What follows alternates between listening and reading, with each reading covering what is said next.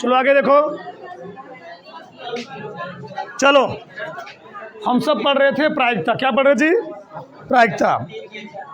13.1 खत्म हो गया, तो आज हम लोग पढ़ेंगे 13.2। चलो आगे यही ना लो। प्रायिकता का गुणनफल, प्रायिकता का गुणन नियम। पहला,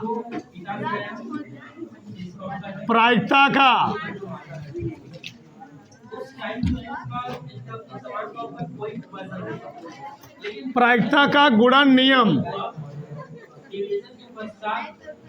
प्रायिकता का गुणन नियम। चलो देखो इधर, समझ ध्यान से। प्रायिकता गुणन नियम होता क्या है?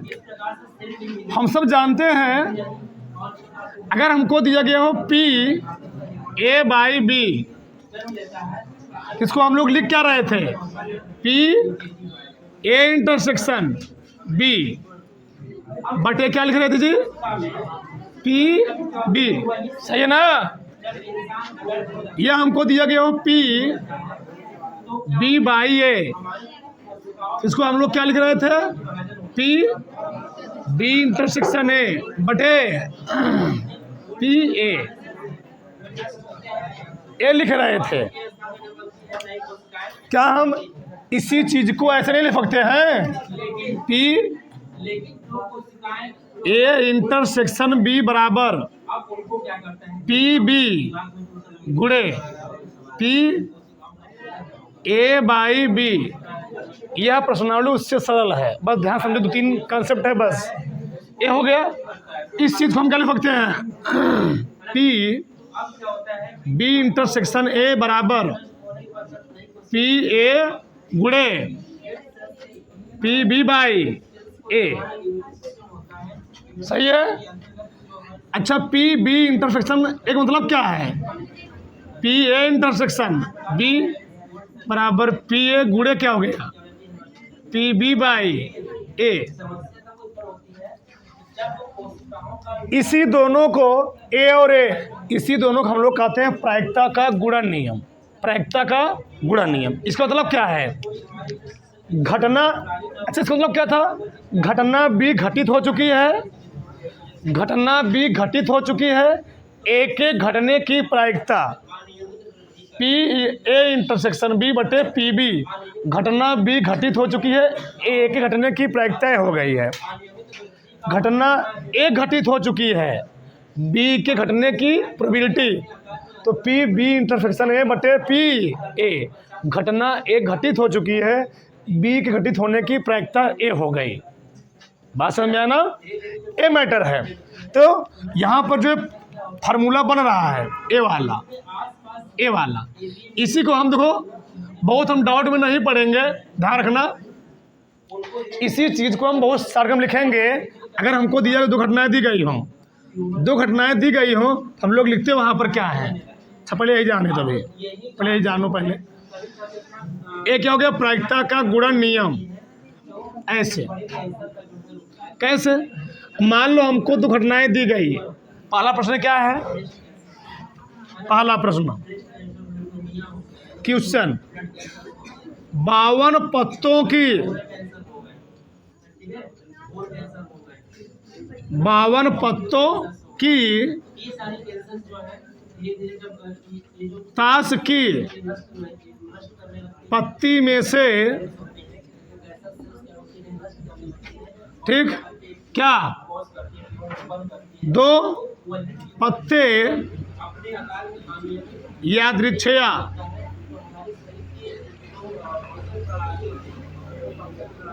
खींचे जाते हैं,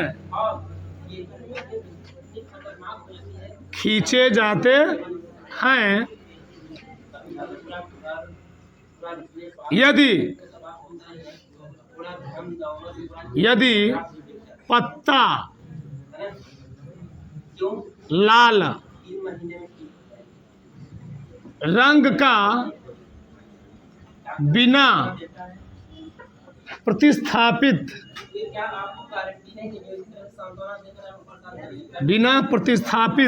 किए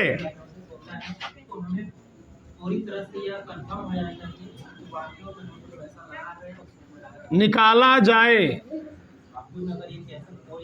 तो इसकी प्रायिकता क्या होगी? इसकी प्रायिकता क्या होगी? आप ध्यान समझो यहाँ पर।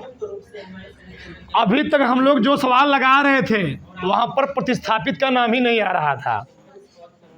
52 पत्तों की ताश की पत्ती में से, मतलब गड्डी में से 2 पत्ते क्या किए जाते, 6 खींचे जाते हैं। यदि पत्ता लाल रंग का बिना प्रतिस्थापित किए निकाला जाए तो इसकी प्रायिकता क्या होगी? मतलब 52 पत्ते हैं, उसमें से मैंने लाल, हमें पत्ते कितने निकालने हैं? 2 पत्ते। लाल रंग का मान लो मैंने एक पत्ता निकाल लिया, तो लाल रंग के पत्ते होते कितने हैं? 26 होते हैं। लाल रंग के पत्ते होते हैं 26। अगर मैं 26 में से एक पत्ता निकाल लिया तो अब हमारे पास कितने पत्ते बचेंगे? अब हमारे पास बचेंगे 25 पत्ते। क्यों? लाल रंग का जो मैं 26 पत्तों में से एक पत्ता निकाला, उसको मैंने पुनः उसमें रखा नहीं, बल्कि मैंने उसको निकाल क्या किया? अलग रख दिया।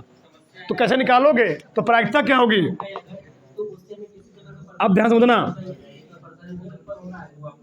प्रायिकता। तो पहले टोटल पत्ते कितने थे? कुल पत्ते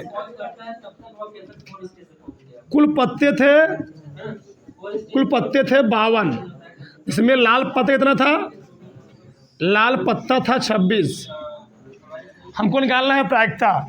तो जब मैं 52 पत्तों में से एक पत्ता निकाल लूँगा, हो सकता है कि 26 में से कोई पत्ता आ जाए, तो कितनी बार तरीके हमारे पास होंगे? 26 होंगे। तो 26 बटे क्या लिखोगे? 52 गुणे। अब 26 में से एक पत्ता हम निकाल चुके हैं। एक पत्ता निकाल के उसको मैंने क्या किया? अलग रख दिया। बिना प्रतिस्थापित में उसको क्या किया जी? अलग रख दिया। अब बचे कितने पत्ते हमारे पास? लाल वाले 25। ठीक, अब कितने बचे? 25। तो भैया 25 ही बचेंगे, तो एक पत्ता घटेगा नहीं? घटेगा यहाँ से एक पत्ता घट जाएगा, तो यहाँ कितना हो जाएगा? यहाँ हो जाएगा 51। तो अब कितने में तुम लाल खींचोगे? 25 में से, तो 25 बटे 51। ठीक, अगर कहो 3 पत्ते खींचे जाते हैं तो अगले स्टेप में क्या आता है? 24 बटे 50 आता। 24 बटे 50 आता। काट पीट लो, 13 दूनी 26, 13 चौके 52, 25 दूनी कटेगा ना अभी, और 2 दूनी 4। ठीक ना जी? 26 दूनी 52 डायरेक्ट काट दिए होते हैं। चलो, तो 25 बटे कितना आ गया? 102 आ गया। 3 पत्ते निकाले गए होते, तो 26 बटे 52, 25 बटे 51, कितना फिर लिखते हैं? 24 बटे 50। ठीक, ये है गुणन नियम। क्या है जी? प्रायिकता का गुणन नियम। पहले इसको उतारो, उतारो फटाक से। चलो आगे देखो, चलो एकदम सरल तरीके से देखो। 52 पत्तों की गड्डी में से एक के बाद एक 3 पत्ते बिना प्रतिस्थापित किए निकाले गए। पहले 2 पत्तों का बादशाह, तीसरे का इक्का। कई पत्ते निकाले जा रहे हैं? 3 पत्ते। पहले 2 पत्ते क्या हो? बादशाह। बताओ, बादशाह पत्ते का होता है? कुल पत्ते होते भैया 52। कुल पत्ते कितने होते हैं? 52। बादशाह कितना होता है? बादशाह पत्ता 4। इक्का कितना होता है? इक्का भी होता है 4। बस समझ में आया ना? हमको पहले जो पत्ते निकालने 2 वो होने चाहिए बादशाह। टोटल पत्ते उसमें थे 52। हमने जो पहला पत्ता एक के बाद, इन्हें एक के बाद 3 पत्ता निकाल लिया जा रहा है। पहले क्या पत्ता निकाला जा रहा है? 1 पत्ता। तो मैं मान लो कौन सा पत्ता निकाल रहा हूँ? बादशाह। तो 52 पत्तों में कै ठो बादशाह है? 4 ठो। बहुत ध्यान समझना, 52 पत्ते में है बादशाह का 4 ठो। तो उस वक्त तक मैंने एक पत्ता निकाला, तो 4 में से एक निकलेगा नहीं निकलेगा? तो संभावना कितनी बनेगी? 4 ठो ना? चारों में से कोई एक नहीं जी। तो पहले में संभावना क्या बनेगी? 4। कितने में से? 52 में से गुणे। अब एक पत्ता मैंने बाहर निकाल के बादशाह रख दिया। अब बच कितने हमारे पास? 3। तो जब यही पत्तवा बादशाह निकाल दिया तो क्या कुल पत्तों ने घटेगा? तो कुल पत्तों कितना हो गया? कुल पत्तवा हो गया 51। ठीक, अब कितने में से बादशाह निकालोगे? 3 में से ना? अब निकालोगे 3 में से, तो कुल पत्तों कितना हो गया? 51। बादशाह निकाल लिया मैं। अब कौन बचा? इक्का। तो इक्का कितने, इक्का पहले कितना था? 4। अभी तो इक्का निकाल रहे हो ना, अभी उसमें कितना इक्का है? अभी भी 4 इक्का है। कितना इक्का है? 4 इक्का है। लेकिन क्योंकि मैं 2 बार क्या निकाल, जो बादशाह निकाल चुका हूं, तो अब कितने पत्ते बचेंगे कुल में? 50। कितना बचेगा जी? 50। मतलब इक्का कितना था? इक्का है 4। इक्का 4 में स्क्वायर सकता है ना, और कितने में से? 50 में से 4/50। हल कर लो। बात समझ में आया? इससे मान लो इसको हल करो, उत्तर आ जाएगा। आगे देखो, मान लो अगला प्रश्न में लिखा 52 पत्तों, 52 पत्तों की गड्डी में से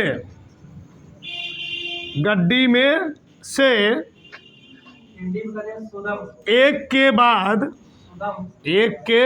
बाद एक, मान लो 5 पत्ते, मैं 5 पत्ते निकाल लो। 5 पत्ते बिना प्रतिस्थापित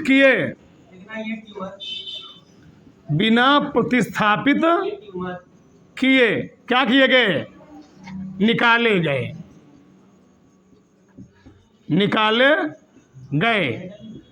पहले तीन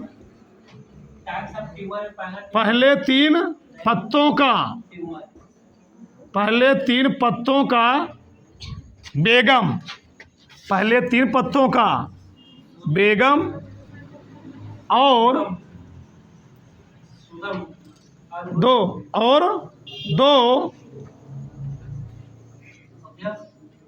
पत्तों का, ठीक, 2 पत्तों का गुलाम होने की प्रायिकता। अब समझ में आ जाएगी प्रायिकता क्या होगी। बताओ, कुल पत्ते कितने होते हैं? कुल पत्ते होते हैं 52। इसमें से बेगम कई ठू? बेगम 4 ठो। गुलाम कई ठू? गुलाम 4 ठो। सही है। अब देखो ध्यान से, हमको निकालना है प्रायिकता। चलो पहले क्या निकालना है हमको? बेगम। क्या निकाला जी? तो बेगम पता कई ठू है? 4 ठू ना। तो चारों में से संभावना कितनी बनेगी हमारी पहली बार निकालने की? 4 क्या लिखोगे? 52 गुणे एक पत्ता हट गया। अब एक मैंने बेगम को निकाल के 52 में से निकाल के बाहर रख दिया, उसको मैं मिला नहीं रहा हूँ।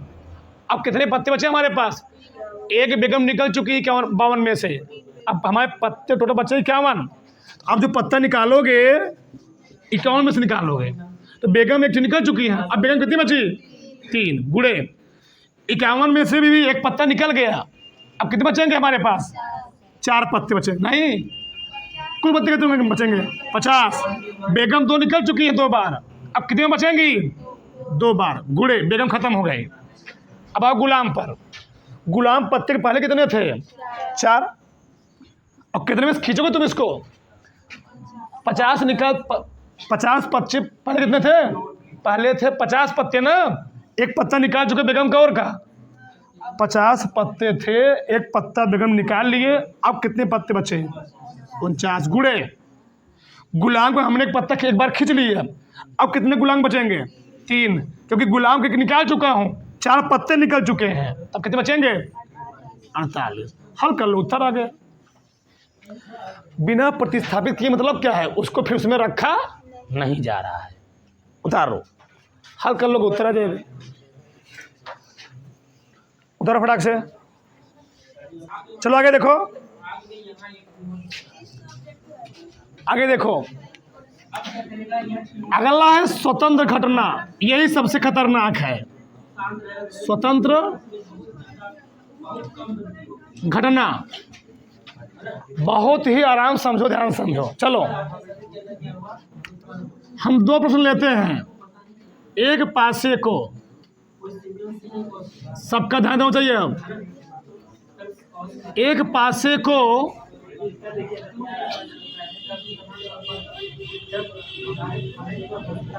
उछाला गया। यहां पर यह भी मैं ले रहा हूं। एक पासे को उछाला गया। चलो,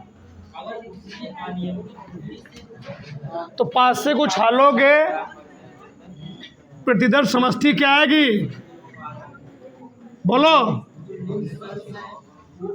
सैंपल स्पेस क्या आएगा? एक आएगा, 2, 3, 4, 5, 6। हम डायरेक्ट प्रश्नावली पर भी आ सकते थे, लेकिन पहले कॉन्सेप्ट समझो। यहां पर क्या आएगा जी? प्रतिदर्श समष्टि।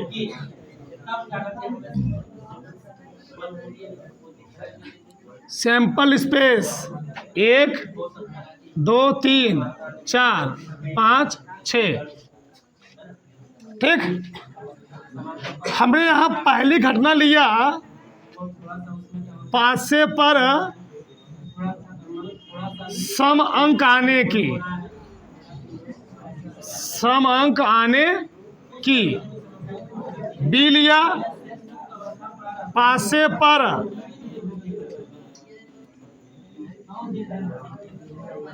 विषम अंक आने की, विषम अंक आने की। बताओ सम अंक कौन कौन होगा? सम अंक कौन कौन होगा? 2, 4, 6। विषम अंक 1, 3, 5। यहां मैं लिया, मान लो P, पासे पर सम अंक आने की। क्यों ले लिया? पासे पर 3 का गुणज होने की। तो सम अंक में क्या क्या आएगा? 2, 4, 6। 3 का गुणज 3, 6। बहुत आराम समझना, इसको समझ लोगे पूरी प्रश्नावली खत्म। एक भी सवाल फंस गया बता देना, नहीं फंसेगा। अगर हम ए इंटरसेक्शन बी निकालें, ए इंटरसेक्शन बी, बताओ ए कुछ कॉमन है? नहीं कॉमन है, कॉमन ही नहीं है। तो ध्यान देना, बहुत डिटेल में समझो। इसी प्रकार घटनाओं को हम लोग कहते हैं अपवर्जी घटनाएं। क्या बोलते हैं? अपवर्जी घटनाएं। ऐसी दुर्घटनाएं जिसमें कोई भी चीज उभयनिष्ठ, कोई भी अवयव उभयनिष्ठ ना हो, कॉमन ना हो, उसको हम लोग कहते हैं कि अपवर्जी घटनाएं। जानते रहो उसको भी। तो यहाँ पर कुछ कॉमन नहीं हुआ। मान लो हमने निकालना पीए। क्या निकाला जी? पीए। तो पीए, प्रोबेबिलिटी ऑफ पीए, क्या संभावना है यहाँ पर? 3। इसकी 6। तो 3/6, 1/2। पी भी कितना निकलेगा? 3/6, 1/2। पी ए इंटरसेक्शन बी कितना निकलेगा? 0/6 यानी 0। ठीक। अच्छा, मैं निकालना चाह रहा हूं पी ए बाई बी। तो पी ए बाई बी क्या हो जाएगा? ए इंटरसेक्शन बी बटे क्या लिखोगे? P B. P B. तो पी ए इंटरसेक्शन बी कितना है? 0। पी बी ए बी कितना आ गया? 0। बहुत बड़ी चीज समझने वाले हो, बहुत बड़ी चीज। ठीक। पी हमारा निकालना चाहे बी बाई ए, तो क्या हो जाएगा? पी, वही बात, ए इंटरसेक्शन बी बटे क्या? P A. तो पी ए इंटरसेक्शन बी हो गया इतना, पी ए कितना आ गया? 0। यहाँ देखो, यहाँ पर यहाँ हमने निकाला पी क्यू। पहले निकालो पी इंटरसेक्शन क्यू। कुछ कॉमन वॉमन है? कौन कॉमन है? 6 कॉमन है। 6 कॉमन है। चलो, तो पहले निकालो तुम पी क्यू। पी क्यू कितना है? 3। ए कितना है? ए कितना है? 6। तो पी क्यू कितना निकलेगा? 3/1/2। पी क्यों निकाल रहा हूं, इसको अलग मान लो,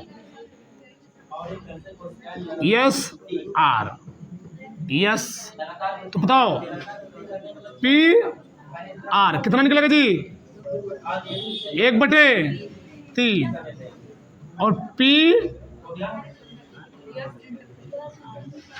यस इंटरसेक्शन आर क्या निकलेगा, 1/6।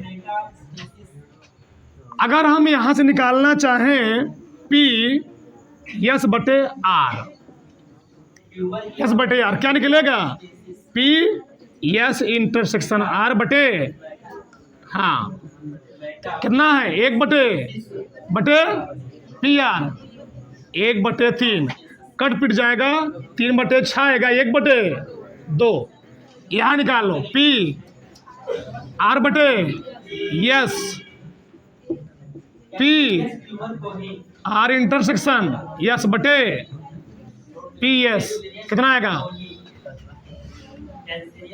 1/6 पी एस, 1/2 कितना आया, 1/6 नहीं, 2/6, 1/3, 1/3। बहुत ही ध्यान समझने आप क्या मैटर है, यहाँ पर प्रॉब्लम क्या हो रहा है। तुम देखो, जब मैंने यहाँ घटना निकाला पी ए, जब घटना मैंने निकाला पी ए तो इसकी प्रोबेबिलिटी आई 1/2। घटना बी घट चुकी है, बी के घटने के बाद घटना ए की प्रोबेबिलिटी कितनी आई, 0। यानी यहाँ पर ए की घटना है 1/2 और ए भी है ए की घटना, ये किसके बाद है, बी के घटित होने के बाद। तो यहाँ पर ए की प्रायिकता 1/2, यहाँ पर ए की प्रायिकता कितनी आई, 0। यहाँ घटना बी की प्रायिकता कितनी है, 1/2। घटना ए के घटने के बाद जब घटना बी घटित हो रही है उसकी प्रायिकता कितनी है, 0। तो इस प्रकार की घटनाओं को हम लोग कहते हैं आश्रित घटनाएं। आश्रित घटनाएं यानी डिपेंडेंट इवेंट बोलते हैं, ठीक ना, डिपेंड इवेंट बोलते हैं, यानी आश्रित घटनाएं बोलते हैं हम। बहुत ही ध्यान समझना, बहुत अंदर की बात है। आश्रित घटनाएं, यह है आश्रित घटनाएं।